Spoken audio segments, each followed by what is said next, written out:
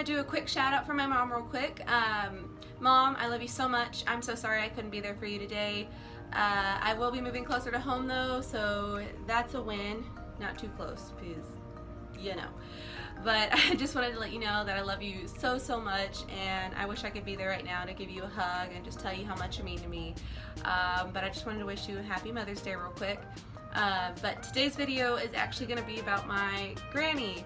I don't really talk about her much, but it's mainly just because it's hard to put into words who my granny is to me. I think that's probably why. It's just because there is just a lot to take in, and I don't really know how to express the love that I have for her and the appreciation. So today I'm actually going to try, because it is Mother's Day and I know that she's been going through a lot right now. So I just want to remind her about how much that I love her by sharing some of these wonderful memories that I have formed over the years that have definitely helped me shape myself into this really goofy, funny person. Well, not funny. I'm definitely not funny.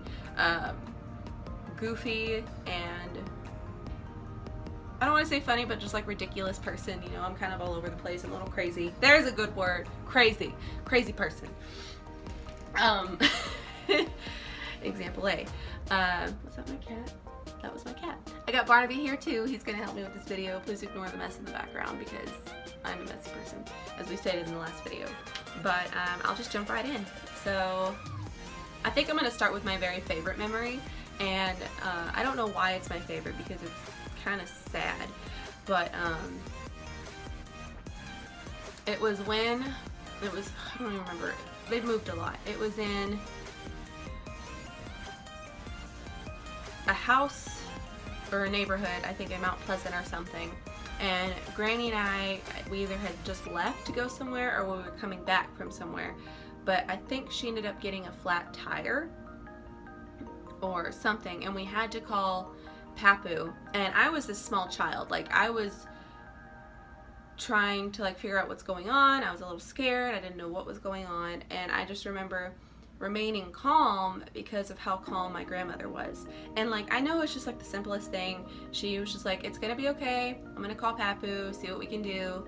I think it was a flat tire or the battery died, something with the car. But I just remember looking at my granny and remaining calm because of how calm she was. Now, for those of you that know my grandmother, my granny, she is not a very calm person. Her and I are kind of the same, where we kind of freak out a little bit, but to a small child like me in that moment, that actually meant a lot because I wasn't scared. Like, and then seeing her just calmly pick up the phone, we're gonna call Papu, we're gonna see what's going on, see if we can have somebody come get us, or whatever it was. I don't know, that is probably one of the earliest memories I have as well. But just remember seeing how calm she was in that kind of situation. It helped me stay calm, and like, that means a lot. So, but she might not even remember that. I don't know. I just remember being scared and then seeing her calmly answer the phone and call and all this stuff. But that kind of reminds me that like, no matter what kind of scary situation I'm in, as far as like being in the car and on the road, you always need to remain calm to be able to best handle that situation. And that's kind of like a life lesson that I learned from that moment. So thank you for that, Granny. So that's one memory. I'm not very good at this, if you can't tell. It's hard to like talk about somebody that I have so much love for, because it's just weird. Like, it's not really something that you think about on a daily basis. You just know that they're there in your life, and that in itself comforts you. So that's kind of where I'm at right now. Ooh, so I don't know if this is like a southern thing, but my granny and I would take Beanie Babies and we would lay on the bed and we would throw them up to land on the blades of the ceiling fan. And I've never met anybody whose granny or mom or anybody in their family does this, so that's why I'm like, I don't know if it's like a southern thing, because she was born and raised in Georgia, and I don't know.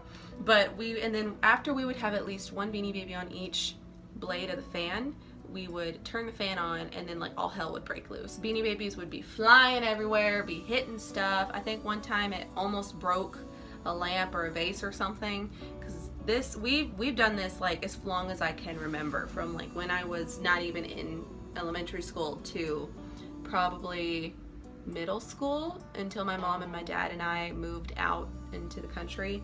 But we did that for a long time, and it was just like the funnest thing, like just laying on the bed and just seeing who could get the most Beanie Babies up on the fan. And then we would laugh if we would miss, and we would, you know, celebrate if we got one on there, and then we'd turn the fan on, and then we would just bust out laughing, because it was just the funniest thing to us. I don't know. Is there anybody else whose granny or anybody in their family that does that with them? I don't know. I think it's just a thing for us, but it was just it's like the funnest thing. I don't know. It's one of the most memorable things that I will definitely carry on with my children and my grandchildren, because it just brought so much joy and laughter, and I've never been so happy and so terrified all in one moment, because you don't know where those Beanie Babies are going. They are flying, they are hitting things, they hit you, they hit the TV, so many things. But that is the funnest thing I think I've ever done with my granny. And then she would also take me to go to Braum's after school whenever she'd pick me up. So we would go to Braum's. I'd either get, and she'd let me get a double scoop, which my mom probably hated, because it would load me up with sugar, and then she'd pick me up, and I'd probably sure I was a little turd, which still am. But I would always get a double scoop of chocolate, or a scoop of chocolate and a scoop of mint chocolate ice cream. And I think Granny usually got like a sundae or something. I can't remember. I think that's my mom. But she would always take me to Braum's, and I know Mom hated it, but it was like one of the funnest, like I always looked forward to that. It was just a thing that I have. Like I'm sure other grandparents do that for you too, but just like the Beanie Baby thing, it was like our thing. So it's like something that I'll be able to like take my kids to do, and then I could say, you know, when I was little, my granny would take me to Braum's, and we'd get ice cream, and she'd ask me about school, and we would just vent, and then we would go home and we would watch Courage the Cowardly Dog together. I was that weird kid that loved that show. Creepy things are like the favorite things, my favorite things, the best things. So we would get ice cream, we would come home, and then we would watch Courage the Cowardly Dog, and we would just burst out laughing. It was just the funniest show to us. Like grannies like me, we like the weird in life, the creepy, you know, things that people don't find beautiful, we usually find it beautiful. I definitely love that about her. But anyway, so we would watch Courage, we would watch like Looney Tunes, and then like in the mornings we would watch Tom and Jerry. Always the old cartoons, always Tom and Jerry, Looney Tunes on a Saturday morning, and then at night we would watch Courage. And my papu, my grandpa, would just be like, I don't get why y'all like this show. I know he would watch it with me too, but I don't think he like got it as much as my granny did, because we would just laugh. Like Courage is funny to us. But yeah, I'd wake up, and there would always be breakfast. She always cooked breakfast. It was usually eggs, bacon, and biscuits, or toast, or toaster pastries. We're toaster pastry people. And sometimes she would make biscuits and gravy on the weekend. And I would go to school, and then she'd pick me up, and we'd go get ice cream and watch Courage. And that was like a typical day for us.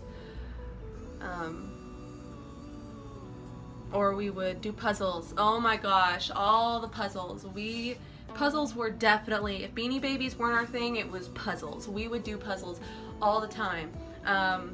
We would pick the harder ones, like, I mean, simple pieces, like 750 or 500 piece. But we would pick like the hardest patterns, like one had a bunch of flowers, or the one that had like a bunch of dogs on it.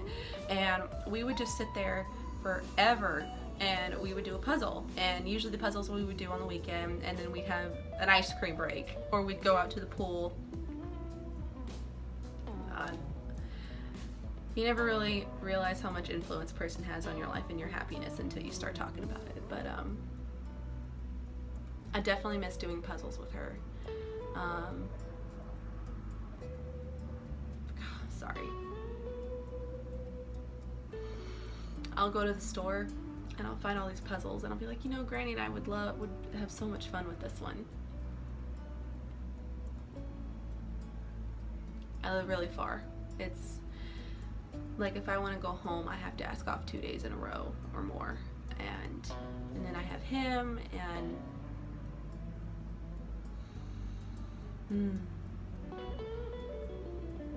anyway, what else? Starbucks.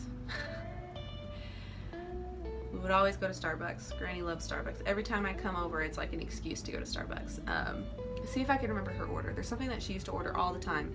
Double tall, non-fat, 1 Splenda latte with a double shot of espresso. Or it's either 1 shot of espresso or a double shot. But that order's changed now, but I just remember that's double tall, non-fat, 1 Splenda latte. Now she does like the raw sugar. And I think she does, I don't know if she still does the shots of espresso or not, like extra shots. And I would always get like a frappuccino or a hot chocolate. I remember one time she let me taste her coffee and she's like, you want to taste some coffee? And I'm like, yeah. It was nasty, it was bitter. But to this day, I still like sweet coffee. I like a lot of cream and a lot of sugar. It's like half the cup is coffee and half the cup is cream, and then I put like 3 scoops of sugar. Sometimes no sugar, it just depends. But, and then she let me, we would always get like the mocha chip, the chocolate chip frappuccino that didn't have coffee in it. Always the sugar. But I mean, like, that's a Southern grandma's, that's a job. Southern granny job. Fill your kid with sugar and send them on their way. But we would always go to Starbucks. What else? Barnes and Noble. She's the one that got me into loving bookstores. Like, my mom is the one that got me to fall in love with reading, but Granny is the one that got me to fall in love with bookstores. For those of y'all that don't know, some people consider this a completely different experience. So you can always find a book at the library and go home and fall in love with the book there, but walking into the bookstore, smelling the scent of new books, and then there's like a Starbucks over there, so you've got books and coffee and like the quiet, the natural quiet that people like in a library respect, and you can just see rows upon rows of untouched, fresh, brand new books. That was one of my favorite things, because she would go there and she would get her crossword puzzles. To this day, she still loves crosswords, but there's just not hard enough for her anymore.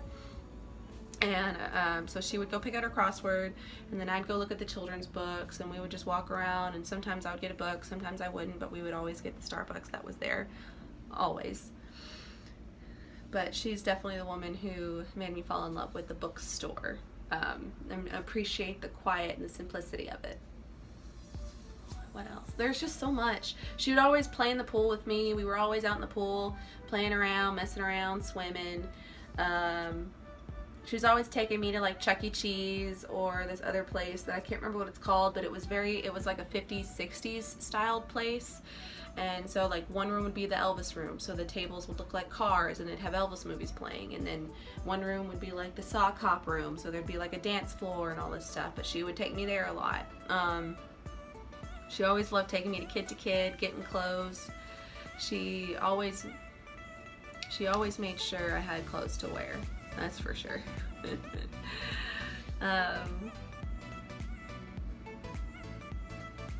The biggest thing that she has done ever since I started to really be more independent and like drive on my own, go to work, just be more, be more independent, she would always ask me the 3 same things, and I guarantee she's going to keep doing that until the day that she passes. And even when she passes, I guarantee she's going to be saying it in my head over and over. She'll be sitting right here tapping me, ghost tapping. You got your phone? Is it charged?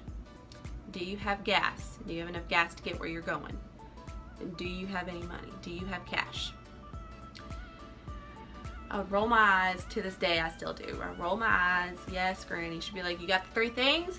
I'm like, yes, my phone is charged, I have gas, and I have money. And even if I did tell her I had money, she would always slip me whatever cash that she had on her, whether it'd be like $1, $20, $5. She always made sure that I had some cash. And my papu too, he does the same thing, but today we're talking about my granny. Always. She always over worries, which in the moment is just super annoying, but I wouldn't have it any other way. She is one of the strongest women that I know, apart from my mother, but then again, she is my mother's mom, so my mom had to get it from somewhere. She's told me so many stories of things that she's experienced when she was my age, growing up in Atlanta, being on her own, and there's a lot, and I'm not saying this to imply that she's old, I'm just saying like she has a lot of wisdom to impart on me and my mom. Especially with cooking. Oh my gosh, now that is a whole nother story. So she, like everybody's granny, will teach you how to cook, and except I don't know if this is a Southern granny thing or what, but there are no measurements in her cooking. She just eyeballs everything, and then when you try to learn how to cook something, she'll say, oh, you just need a good helping of this. Okay, what does that mean? Is that like a cup? Just, you know, helping until you think it's good. And I'm like, okay, well, I've never made this before, so I don't know what to look for. I'll be like, you need like a big old pinch of this. Okay, well, like what? There are no measurements. Most frustrating thing was when she was trying to teach me how to make gravy, and like she's like, you just gotta put some flour in the pan, you know, with a little bit of water. And I was like, okay, well, how much flour? She goes, well, just enough. I don't know what that means. And so, depending on how much flour you put in is how much like evaporated milk you put in. And be like, okay, well, I know she does a can of evaporated milk. So, and then she'd be like, just continue to add flour until you get like the right consistency. And I'm like, okay, well, what does that mean? Like what? And now that I've made it, it totally makes sense, and I'll probably say the same thing to my children. But like everything that we made, if it didn't have like a box with the instructions, it was very vague on the measurements. And I'm pretty sure that's a Southern granny thing. But it's just like trying to make anything that's not written down on a recipe card that she just makes. Because like my granny, just like me, we can just whip random stuff together. Like there's no recipe, there's no name for the dish. We just see something in the fridge, we're hungry, we just whip something up. Done. Oh my gosh. Just eyeball it. Okay. Oh my gosh, this woman. Oh, I love her so much. She has supported me so much. She has opened her home for my mom and I when we couldn't afford a place to live, as well as my grandpa, my papu. But like I said, today's about Granny. But she, in a heartbeat, if I'm needing something, she's always there. She always tries to do whatever she can. If she can't drive down here herself, she'll choose somebody out that lives down here until they come help me, just like my mama. She's offered to take this dog when I needed a place to live, but I couldn't live anywhere with him. She's taken my cat. She's offered me to come move back in with her, you know, so I can save money to get my own better place. I found a place, by the way, Granny. I'm looking at Waco. We're thinking about it. I don't know for sure yet, but it's definitely going to be a lot closer.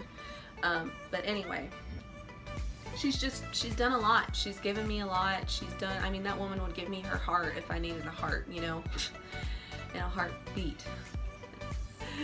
Oh my gosh, that was lame. Okay. She's one of the most thoughtful people I know. And I know, like, some people, if they see this and they know my granny, they might scoff and laugh, but I mean it. She means well in everything that she does. And I definitely get that from her. The thoughtfulness, the Southern caring, you know. And she's given me a lot of the better qualities of myself that I like. You know, my humor, being able to have a sense of humor. I get that not only from my mom, but we both get that from her. The ability to laugh at yourself. Our stupid jokes. Oh my gosh, if you get all three of us in a room together, whoever is with us is screwed. I mean, like, we are just a bunch of, we're something. But I don't really know how else to share her with you except for these memories that I've shared now. And Granny, I just want to thank you for everything that you've done for me, all the wisdom that you have shared with me, all of the funny moments and the scary moments and the sad moments, and you're always there for me. And And I know sometimes I might not show my appreciation, but I am always grateful for everything that you do. All your emotions, all your ups and your downs, your crying, your anger, your happiness, all of it. You and I are on the same level of that roller coaster of emotions right now, and I don't think I'd have it any other way, because who better to share the same emotions with than with somebody who understands and has gone through almost everything. So Granny, from me to you, I just want to say Happy Mother's Day, and I love and appreciate you so much, and I really wish I could be with you today, but I gotta work and I live very far. But like I've been saying, that's gonna change. So my horns are sticking out, by the way. My granny's the one that always said I had them horns. And then usually I have one over here too, but I get those horns from you, Granny. Sorry. I love you so much, and to everybody else, I hope you all have a wonderful Mother's Day. Make sure you tell your mom and your granny, or whoever you identify as your mom role model in your life, tell them Happy Mother's Day and that you love them.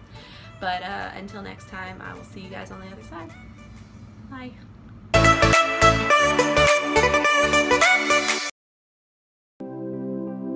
Like what you see?